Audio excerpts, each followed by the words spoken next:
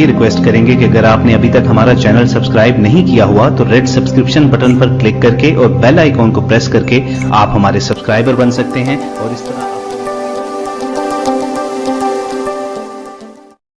करना होगा उससे पहले ही से काम तमाम कर दूं।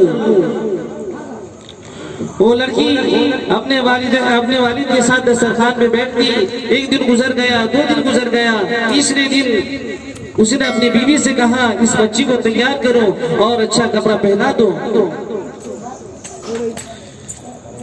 उस बीवी ने अपनी बच्ची को तैयार किया और अच्छा कपड़ा पहनाया। वो बच्ची समझ रही है कि अबू जान नानी के यहाँ ले जा रहे हैं घुमाने के लिए, लेकिन उसे मालूम नहीं है कि वो जालिम बाप उसे दफन करने जा रहा है। वो बच्ची जा रही है और ये जालिम बाप हाथ में कुदाल लेकर पीछे चल रहा है। वो लड़की पूछती है अबू जान कहाँ जा रहे हैं, लेकिन वो साहबी कुछ जवाब नहीं देते। चले जा रहे हैं, आखिर में जंगल मिला और वहां जाकर गड्ढा खोदना शुरू किया।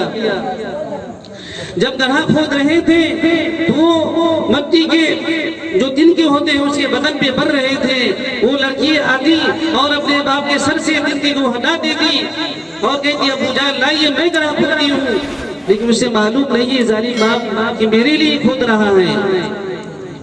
यहाँ तक उसने गड्ढा खोदना शुरू कर दिया, गड्ढा खोद लिया और उस बच्ची के बाल को पकड़कर उस जमीन के अंदर धक्का दे दिया। वो लड़की चीखती और चिल्लाती रही और अपने वालिद से मदद तलब करती रही। ऐ अब्बा जान मुझे छोड़ दीजिए, ऐ अब्बा जान आप मुझे खिला नहीं सकते हैं तो मुझे छोड़ दीजिए, मुझे जंगल के दरिंदे जानवर खा जाएंगे, लेकिन मैं नहीं चाहती हूँ कि मेरे बाप के हाथ से मेरा खून रंगीन हो। कितनी मरतबा उस बच्ची ने चिल्लाया, लेकिन उस जालिम बाप पर कुछ रहम ना आया। उसने उस बच्ची को उस जमीन के अंदर दफन कर दिया और वहां से चले आए। ऐसा बेशुमार वाक़िया है। लेकिन जब आप सल्लल्लाहु अलैहि वसल्लम दुनिया में तशरीफ लाए वो बेटी को रहमत फरमाया कि बेटी जहमत नहीं बल्कि रहमत है। जिस आदमी ने अपनी बच्ची की परवरिश की और उसे तालीम दिया और उसका शादी कर दिया, उसने अपनी जिम्मेदारी अदा कर दिया। या जिसने जो शादी कर दी फिर उसके बाद उसका निकाह किया वो सही तरीके से, उसके लिए जन्नत की खुशखबरी है। इसलिए मेरे दोस्तों हम ये ना सोचें आज हमारे पास ये बेटी है ये ज़हमत है, बल्कि हमारे लिए रहमत ही रहमत है। इसलिए इस शादी के अंदर कम खर्च हो, वो आदमी ज्यादा टेंशन में भी नहीं रहेगा, वो आदमी ज्यादा परेशानी भी नहीं रहेगा। लेकिन जिस शादी के अंदर ज्यादा खर्च हो, दिखावा हो, नामो नमूद हो, तो शादी होने को तो हो जाती है, लेकिन शादी के बाद वो अबाल, वो जहन, वो टेंशन दिमाग के अंदर रहता है। अब इसका जो कर्जा लिया है उसे कैसे चुकाएंगे, और उससे पहले भी सारा टेंशन से दुनिया से चला जाता है। इसलिए मेरे दोस्तों अल्लाह के नबी जनाब मोहम्मद रसूलुल्लाह सल्लल्लाहु अलैहि वसल्लम की जिंदगी हमारे लिए नमूना है। कुरान करीम में कहा गया लक़द कान लकुम फी रसूलिल्लाहि उस्वतुन हसना, कि अगर आपको कोई आइडियल, कोई नमूना चाहिए तो अंग्रेजों से नहीं बल्कि हमारे नबी हमारे लिए आइडियल है। उस नबी के गैर मुस्लिम भी उस नबी के तरीके पर चलता है, उसे भी खड़े होकर पेशाब करना अच्छा नहीं लगता, बल्कि बहुत सारे गैर मुस्लिम ऐसे भी हैं जो बैठकर पेशाब करते हैं। इस्लाम उसे भी पसंद है, लेकिन मुसलमानों को इस्लाम पसंद नहीं है। इसलिए मेरे दोस्तों अगर एक औरत खानदान के अंदर, माशरे के अंदर सही रहती है तो उससे जन्ने वाली जो औलाद, जो बच्चे और बच्चियां जन्म लेते हैं वो भी सही जन्म लेते हैं, वो भी अपने जमाने के बड़े औलिया में शुमार होते हैं। हजरत अब्दुल कादिर जिलानी रहमतुल्लाह अलैह बहुत बड़े बुजुर्ग हैं, उनके बेशुमार करामात हैं। आप देखिए, किताबों में देखिए, बचपन से लेकर जवानी तक कितने लोगों ने उनके हाथों पर ईमान लाया। वो ऐसा ही अब्दुल कादिर जिलानी नहीं बने, लोग ऐसा ही उनकी मिसाल नहीं देते हैं, बल्कि उनके वालिदैन भी वैसे थे। उनके वालिद का वाकया है, एक मर्तबा सफर कर रहे थे और समंदर के किनारे से सफर हो रहा था। उस समंदर में देखा एक सेब आ रहा था, उसने उस सेब को उठा लिया और भूख की शिद्दत थी उसे खा लिया। खाने के बाद उसे एहसास हुआ, अरे मैंने सेब तो खा लिया, लेकिन सेब का जो मालिक है उससे मैंने पूछा नहीं। उसके जहन में टेंशन आ गया। हम लोग यहाँ किसी कोई चीज खा लेते हैं और अगर किसी को पता ना चले तो आराम से छुपा देते हैं, चलो कोई बात नहीं है, उसने तो देखा नहीं। हालांकि इनका वाकया देखिए, इनको टेंशन और जहन में ये आता है कि वो मेरे लिए हराम ना हो जाए, मेरी सारी इबादतें बेकार ना हो जाए। वो उसी समंदर के किनारे सफर करते रहे कि अगर सेब जिस तरीके से आया होगा, जिस रास्ते से, वो सेब का फल वहां मिल जाएगा। 3 दिन सफर को हो गया।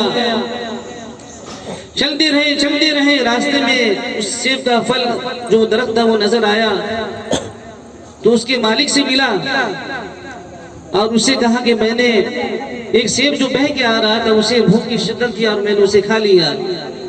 लेकिन जो उस दरख्त का मालिक था वो भी परहेजगार मुत्तकी था। उसने सोचा अरे ये बंदा जो एक सेब खा लिया वैसा ही गिर गया, लेकिन उसके अंदर अल्लाह का इतना डर, इतना खौफ, जरूर उसे अपने काबू में करना चाहिए। उसने कहा अच्छा मैं तो तुम्हें माफ नहीं करूंगा, तुमने जो सेब खा लिए हो उससे मैं तुम्हें माफी नहीं दूंगा, बल्कि मेरे कुछ शराइत हैं उसको तुम अदा करोगे, उसके बाद मैं माफ करूंगा। उसने कहा कि 10 साल मेरे यहाँ खिदमत करनी होगी। उसने कहा यह हमें मंजूर है, अल्लाह की नजर में हम साफ रहे, हमारे अंदर जो हराम का लुकमा चला गया है उसके लिए हमें आपकी सारी शराइतें मंजूर है। उसने 10 साल खिदमत की और खिदमत करने के बाद उसने कहा मेरी एक बेटी है, उससे तुम्हें निकाह करना होगा। बोले वो भी ठीक है, वो भी मुझे मंजूर है। बोले सुनो सुनो, वो बेटी ऐसी और वैसी नहीं है, बल्कि वो पाँव से लंगड़ी है, आंख से अंधी है और हाथों से लूली है, उससे तुम निकाह करना पसंद करोगे? उसने कहा वो भी मुझे मंजूर है। सारी शराइतें बता दी शादी की। उसने तैयार कहा अल्लाह का मुझे ज्यादा खौफ है और उस बच्ची का नहीं, वो भी मुझे मंजूर है, अंधी हो कानी हो, लेकिन मैं उससे शादी करने को तैयार हूँ, लेकिन अल्लाह की नजर में मैं मुजरिम हो जाऊँ ये मेरे लिए बेहतर नहीं। तो शादी का दिन भी आ गया। उस लड़की से निकाह हुआ। जब पहली रात वो बंदा जब उस कमरे में दाखिल होता है तो देखता है खूबसूरत खातून कमरे के अंदर बैठी हुई है। वो झट से वहां से निकल के बाहर आ जाता है और सोचता है कि ऐसा ना हो कि मैं कहीं और जगह आ गया हूं। फिर उसके बाद उनके वालिद साहब से पूछता है कि आपने उसके अंदर जो चीजें बताई थी वो आंख से अंधी है, लेकिन यहाँ तो ऐसा कुछ मामला नहीं है, ना वो आंख से अंधी है, ना वो पाँव से लंगड़ी है, ना हाथ से लुली है, बल्कि हर कुछ खूबसूरत है। कहा मैं इसलिए अंधी नहीं कहा कि उसे देखना उसे नजर नहीं आता, बल्कि मैंने उसे इसलिए अंधी कहा उसने कभी बुराई की जगह को देखा नहीं, उसने कभी नाच गाने की मजलिस में गई नहीं, कभी अपने कदम को बुराई की तरफ बढ़ाया नहीं। लेकिन आज की खातून देखिए नमाज के लिए टाइम नहीं है, घर में बोलिए नमाज पढ़ने के लिए कहेगी मेरा बदन पाक नहीं है, बच्चा है। इसलिए मेरे दोस्तों जब उसे सारी खूबियां नजर आने लगी, कहा वो इसलिए लंगड़ी नहीं है, उसने कभी बुराई की तरफ गई नहीं, इसलिए वो लंगड़ी है। तो सारी चीजें सारी चीजों के सामने बताया और आखिर में अल्लाह ताला ने उसके बतन से हजरत अब्दुल कादिर जिलानी रहमतुल्लाह अलैह को पैदा किया। जब वो पैदा हुए और आपने किताबों के अंदर वाकया पढ़ा है कि पढ़ने के लिए बगदाद जाने लगे तो माँ ने 40 अशरफियाँ बाजू में सिल दी, बच्चे जाओ और कुछ अशरफियाँ दे दी। जब वहां से चलने लगे, उस जमाने में लोग पैदल सफर किया करते थे, ना गाड़ी घोड़ा कुछ नहीं, पैदल सफर इल्म हासिल करने के लिए जा रहे थे। तो डाकू भी मिले और उस बच्चे से कहा बच्चे तुम्हारे पास कुछ है? उसने कहा मेरे पास 40 अशरफियाँ हैं। उसके जेब को तलाश किया, कहीं नहीं मिला। बोले तुम मुझसे मजाक कर रहे हो? कहा मैं आपसे मजाक नहीं कर रहा हूँ, मेरे पास 40 अशरफियाँ हैं। वो डाकू अपने सरदार के पास ले गया। तो सरदार ने उस बच्चे से पूछा अच्छा बताओ तुम्हारे पास 40 पैसा कहाँ है? उसने कहा मेरी माँ ने बाजू में उसे सिल दी है। जब उस डाकू ने देखा, सरदार ने देखा, अरे ये छोटा सा बच्चा, ये अगर झूठ भी बोलता हम इसकी बात को नहीं मानते, जाने देते, लेकिन इसके अंदर इतनी सच्चाई कहाँ से आ गई? वो सारे डाकू रोने लगे, कहा कि हमने सारी जिंदगी गुनाह किया, हमने सारी जिंदगी लोगों का माल खाया, सारी जिंदगी लोगों को परेशान किया, सबका माल लूटा, हमें अल्लाह का डर नहीं होता, हमारे आंखों से आंसू नहीं आते। लेकिन उस बच्चे की बात को सुनकर सारे डाकू मुसलमान हो गए। ये किसकी वजह से हुआ?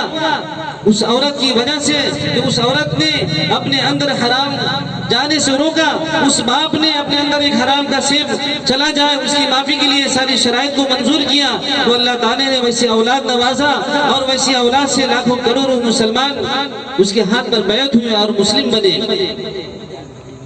इसलिए मेरे दोस्तों, ये निकाह की मजलिस है, अल्लाह ताला इस मजलिस को बरकत अता फरमाए।